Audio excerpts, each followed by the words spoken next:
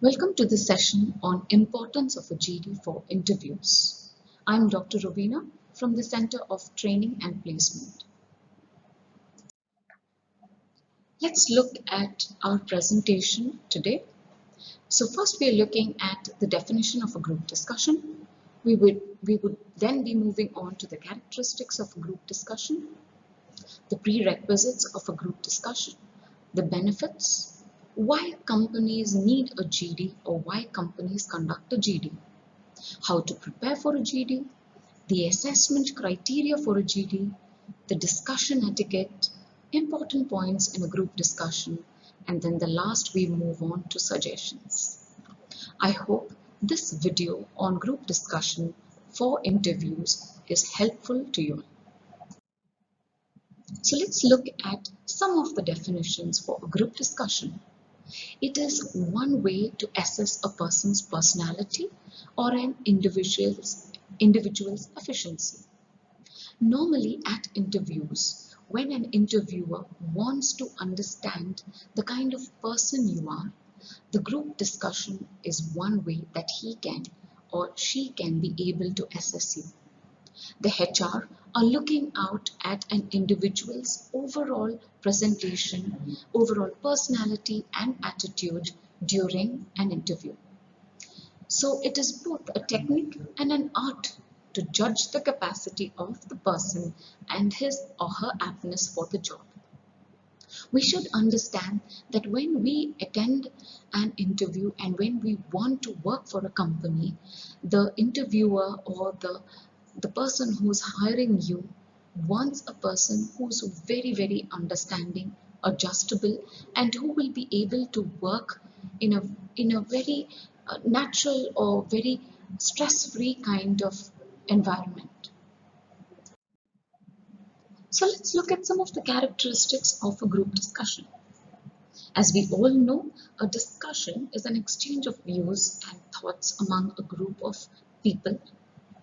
It is a mode of you to understand what another person wants to convey, to look at it from your point of view, look at it from the other person's point of view and perspective. Members of around 5 to 10 gather together to express their views and ideas freely in a very friendly manner and on a given topic. So when we look at the interview rounds by different companies, one or two rounds for them would be on group discussion.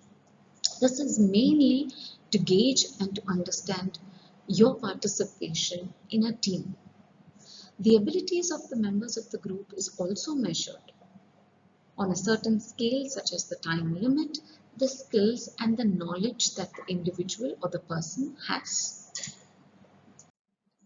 Moving on to some of the characteristics, let's look at some of the prerequisites for a group discussion. So when we look at it, the topics are mostly given by the panelists. We need to plan and prepare on all related topics or all current topics of the company or the company rounds, which means to say you need to do a lot of background check before you try and attempt to participate in a group discussion. Find out the kind of topics that have been conducted, or do a quick search on Google to find out what are the current topics for group discussion. It is always best to have ourselves prepared and plan the kind of responses each topic or each individual might be wanting to be doing in a group discussion. We should have knowledge, as I mentioned to you, on topics with a lot of self-confidence. We might have the knowledge, but then we might lack self-confidence.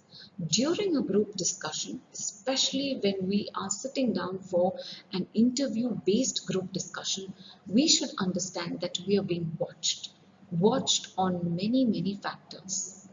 The kind of presentation, our presentation, the kind of responses we give, the way we interact with the other team members, the kind of confidence we are going to display, everything is going to be watched and assessed.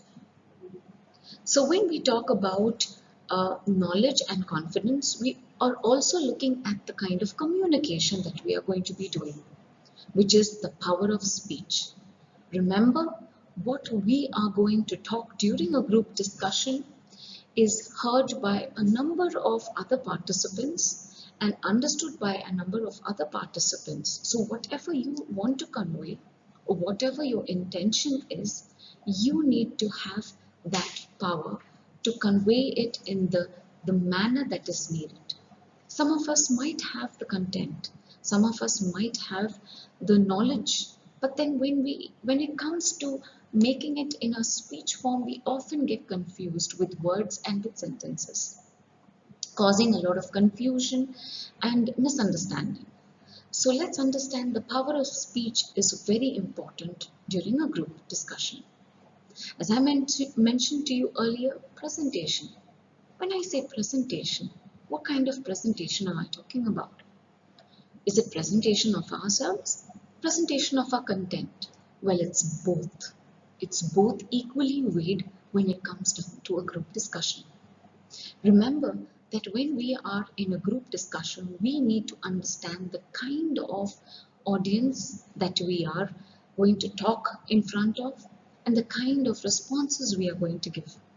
So presentation has to be very impactful and and have a very confident kind of manner. Body language and personal appearance. Yes, a lot matters when it comes to body language and personal appearance. We cannot show a disinterested kind of feeling when we are sitting in a group discussion. Neither can we show a overexcited or overwhelmed kind of expression. You need to have a very balanced kind of body language and personal appearance. We cannot be showing a lot of anger. We cannot be showing a lot of confusion during our group discussion. The kind of expected body language should be very composed. You should pay attention to another person's talk or speech or presentation of his points. You should be able to give a lot of space to another person, and a lot of it comes in the form of body language. Being calm and cool. As I mentioned to you earlier, your point or another person's point might not go down well with you. Doesn't mean to say you have to show a lot of anger or a lot of confusion on your face, because what you feel is automatically displayed on your face. So you need to maintain a very calm and a cool posture. Let's look at some of the benefits during group discussion. Why do we have these group discussions, and what are the benefits if we participate in one? We often think that group discussions are boring, it is not needed, and some of us might take it just for the casualty of it. Remember, every group discussion is important. So let's look at some of the benefits. When you participate in a group discussion, you will be able to have a better understanding of the subject. You will be able to get a wider knowledge. You might have knowledge on the subject, but then when you sit in a group discussion, you will only realize that there are so many added points or added information that you might have missed out on. So you will be able to gain a lot of knowledge and understanding in the subject. Stimulates a lot of critical thinking. You start looking at the critical aspect. You keep pondering over things. Why?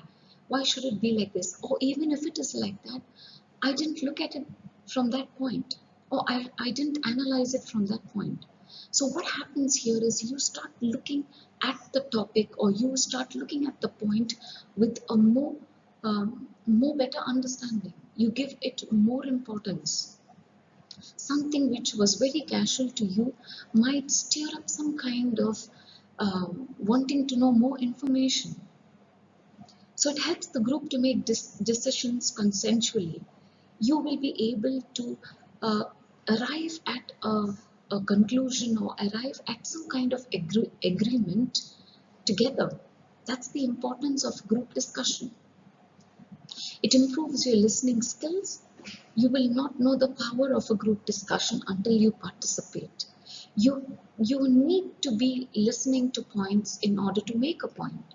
So what happens here is your attentiveness is improved. Let's move on to understanding your strength and weakness.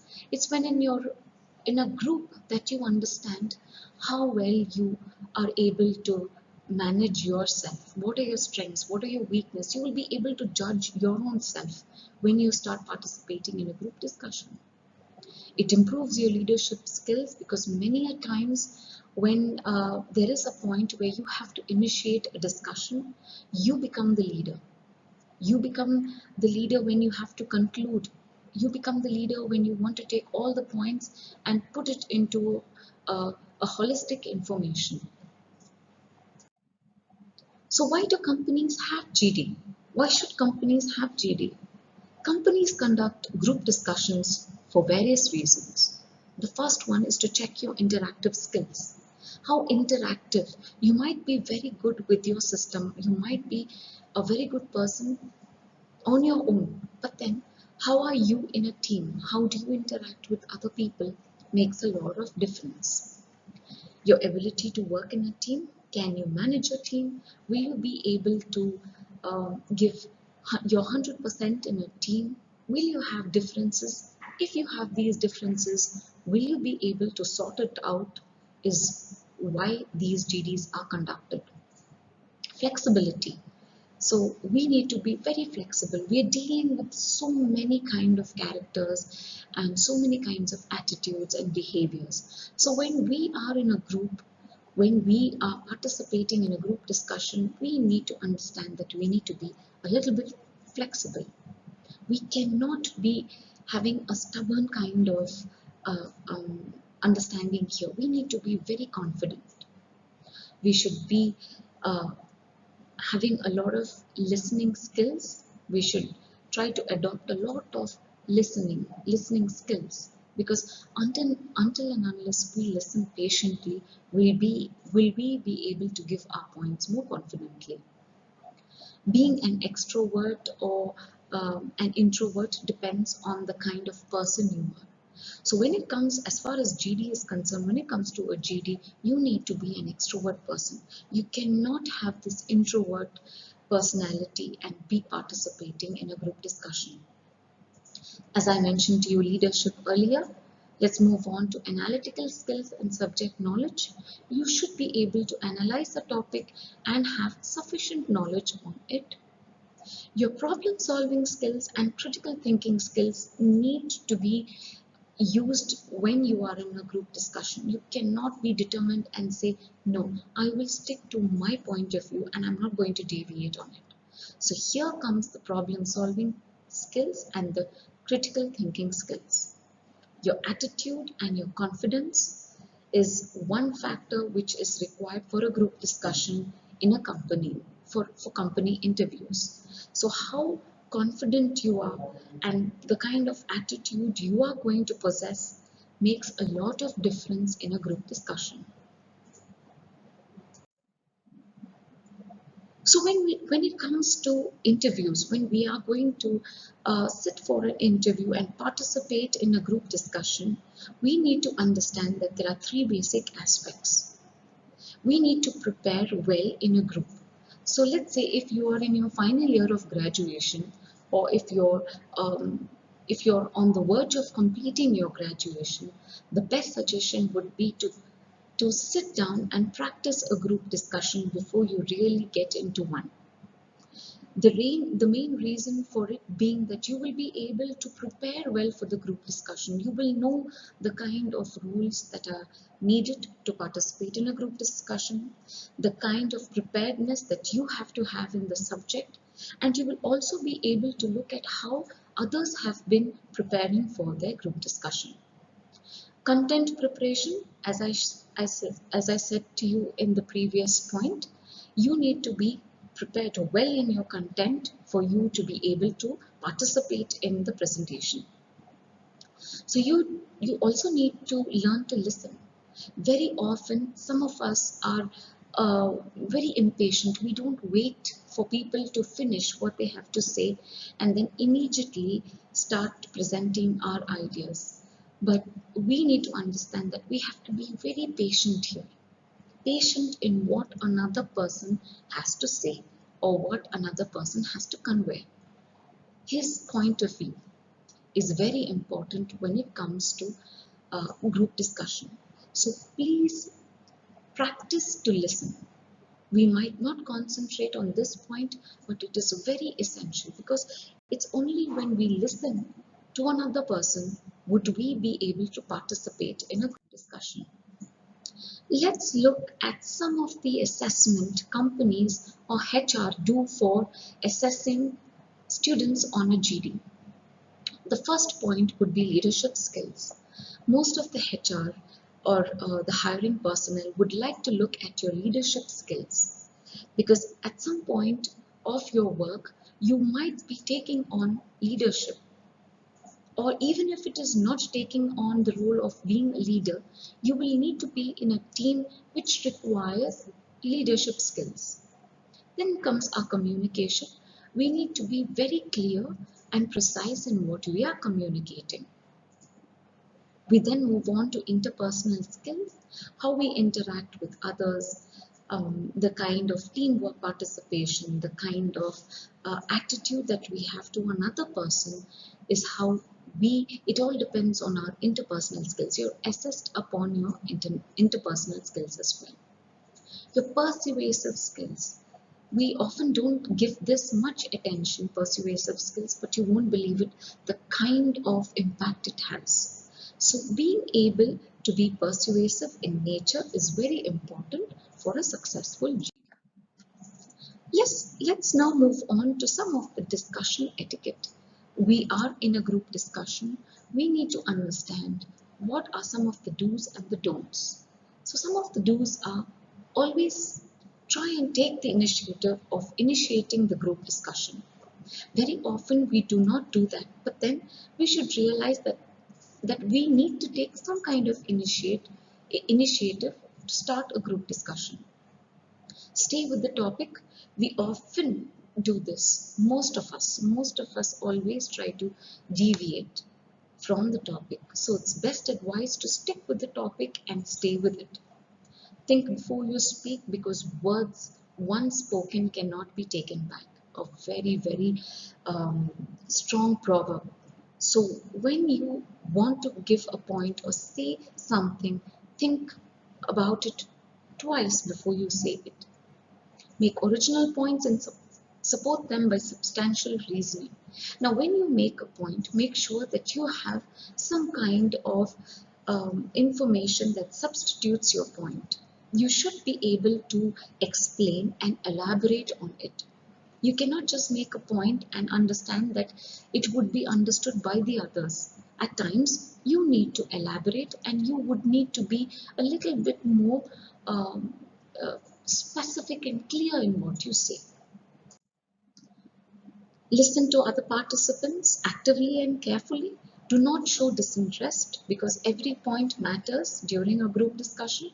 Be polite to the group in the sense, do not be harsh, do not show a lot of attitude or don't show harsh feelings with another team member during a discussion. Regulate your voice through tone modulation. It's very important because your voice says a lot about you. So you cannot speak authoritatively or you cannot speak submissively. It has to be a very natural accent or a very natural tone that you need to focus when you do a group discussion, when you participate in a group discussion. Try to get your turn. Do not wait for the end of the group discussion to make your point. Try to give your point as soon as possible during the group discussion. So try to get your turn at the earliest. Be aware of your body language, because a lot matters on your body language.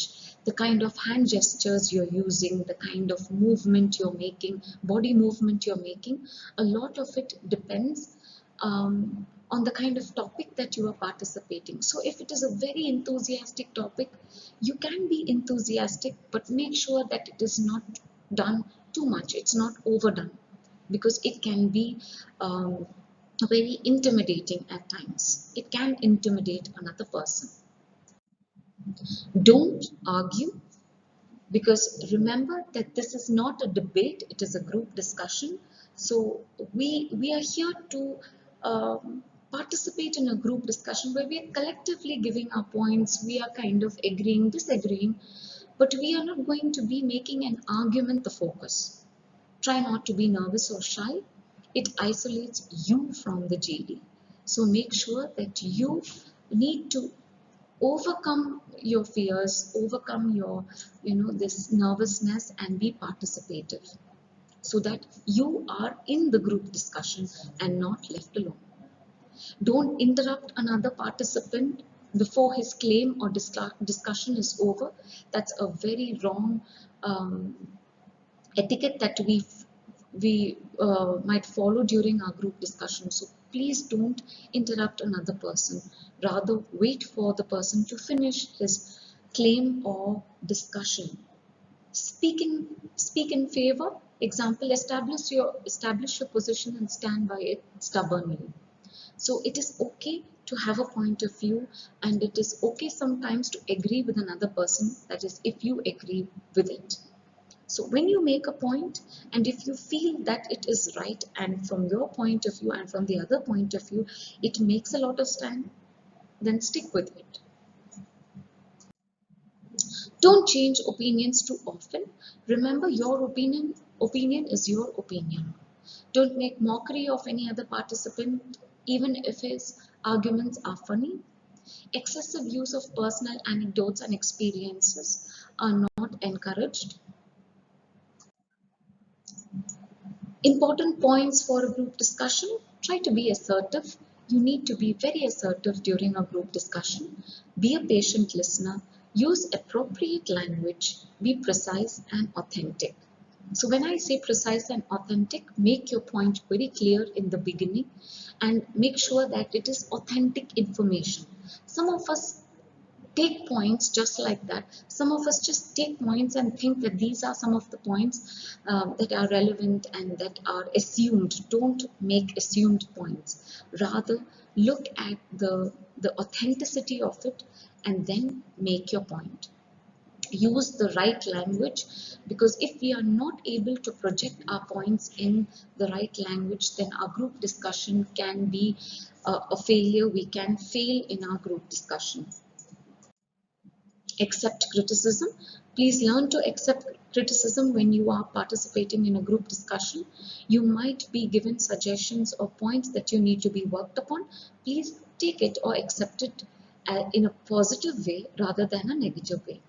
Because when you accept it positively, you will improve on it. So you will make sure that you don't repeat that point again. So every process is a learning process. Understand that when we accept criticism, we are bettering ourselves. So if any member of the group criticizes or disapproves a point, it is unwise to get upset or react hastily. Now let's look at the group discussion. So what happens if somebody criticizes you or disapproves with a point that you have made?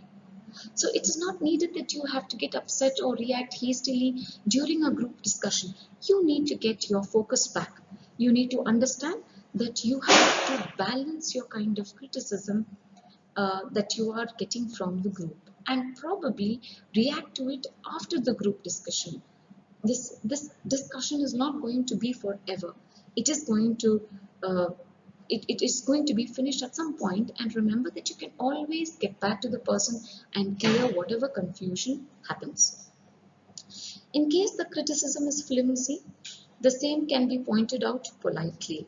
So suppose there is some kind of dislike or some kind of point that you did not like the other person has made to you, you can point it out very politely.